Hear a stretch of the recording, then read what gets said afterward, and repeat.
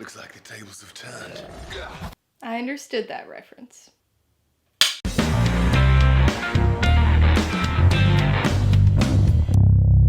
Hey everybody, welcome to Mainly Movies. Today I'm going to be talking about the fourth installment in the Men in Black franchise, 2019 sci-fi comedy Men in Black International. If you're new here, please consider subscribing for a variety of movie-related content like reviews, ranked lists, and trailer reactions. All of my reviews include a breakdown of the pros and cons, my rating, and some tailored film recommendations, so be sure to watch through to the end of this video for all that extra content. Men in Black International stars Tessa Thompson, Chris Hemsworth, Liam Neeson, and Kumail Nanjiani, and was directed by F. Gary Gray. It's set in the MIB universe we're familiar with and follows M, played by Tessa Thompson, as she joins the Men in Black and is sent to the agency's London office as a probationary agent. While there, she teams up with Chris Hemsworth's Agent H to, you've guessed it, protect the world from an alien threat. Although Men in Black International is certainly set in the same universe as the other Men in Black films, I would hesitate to consider it a sequel. It's more of a spin-off, and I suppose you could even consider it a soft reboot because it does retread many of the very basic plot points of the first film.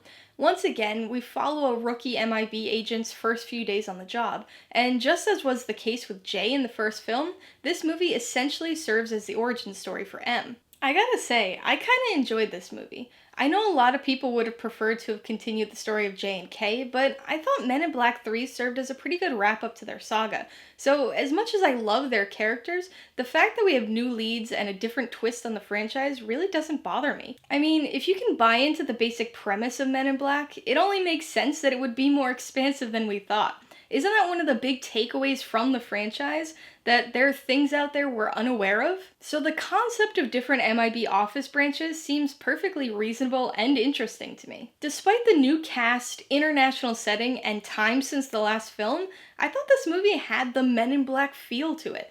Things seem a bit slicker and studio processed, and the travel aspect forces us to have a bigger scope than any of its predecessors, but it still manages to feel similar.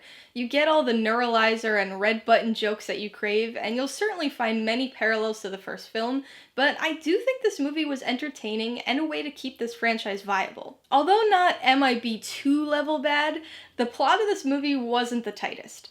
Unfortunately, the core story was extremely predictable, and they way too obviously set up the third act reveal. I wouldn't have minded a few hints dropped along the way, but there's a big difference between foreshadowing and blatantly telling you what the twist is an hour before it happens. In addition to the predictability, the villains in this film are fairly underwhelming. Aside from some cool abilities, they're pretty dull when it comes to their contribution towards the plot.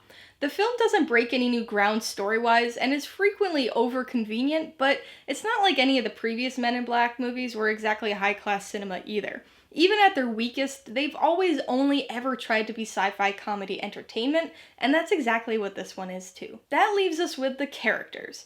Nobody could ever replace J and K or replicate the chemistry that Will Smith and Tommy Lee Jones had in the first film. So if you go into this movie with that comparison in your mind, you're gonna be disappointed.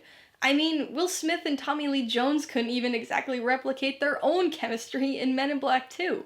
But if you go into this movie accepting that M and H are their own distinct characters, I think it'll be hard for you to dislike them. They're not a perfect pair, and Hemsworth's character is a little annoyingly arrogant at times, but they're far from bad. Oh, and Pawnee is way better a sidekick character than Frank ever was. So, does Men in Black International live up to its MIB title?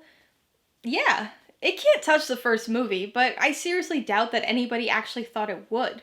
Given the varied quality of this franchise up to this point, I think this film fits right in.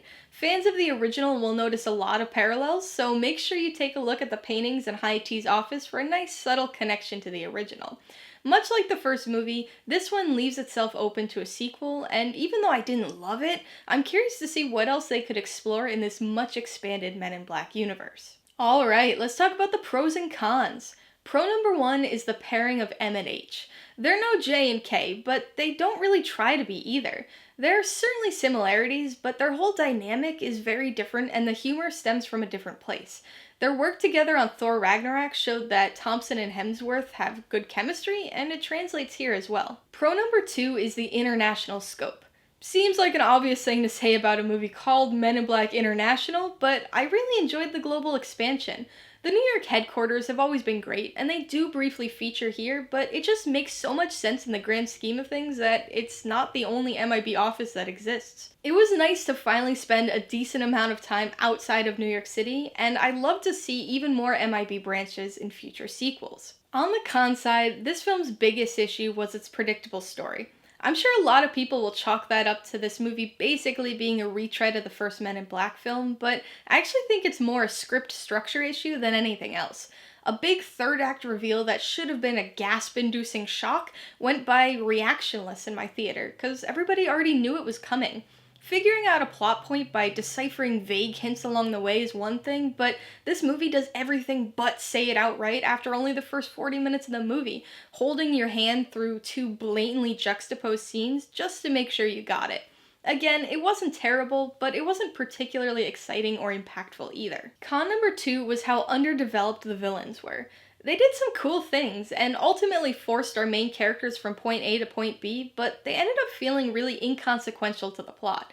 It's too bad, too, because the few pieces of information we get about them as the story goes on made them seem like they could have been pretty interesting characters had the plot focus been tweaked just a little. I'm gonna give Men in Black International 3 out of 5 paws. It never reaches the highs that this franchise has achieved, but it's also far from the franchise low point. It finds itself pretty solidly in the middle, which means it's still a fine movie. I would recommend Men in Black International to casual fans of the Men in Black franchise. If you're a massive fan of the first movie and go into this one with high expectations, this movie is destined to disappoint you.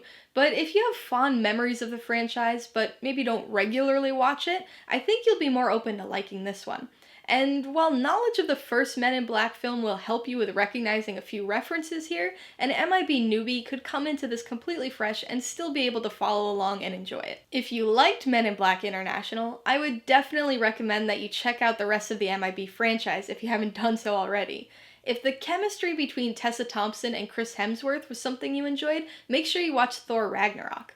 And if you like the idea of a franchise soft reboot, give Ocean's 8 a watch. It's in the same universe as Ocean's 11, 12, and 13, but retreads the basic plot with its own unique spin. Alright, a couple questions for you guys. Number 1, have you seen Men in Black International? If so, what'd you think of it? And number 2, if we were to get a sequel, what other location would you like to see an MIB office? Be sure to leave your answers in the comments below so we can get a discussion going. Alright, so if you got some enjoyment, insight, or information out of this review, I'd appreciate it if you'd hit that like button. And if you haven't done so already, please hit subscribe while you're at it so you can see more videos like this. Till next time, this has been Alyssa with Mainly Movies, the way life should be.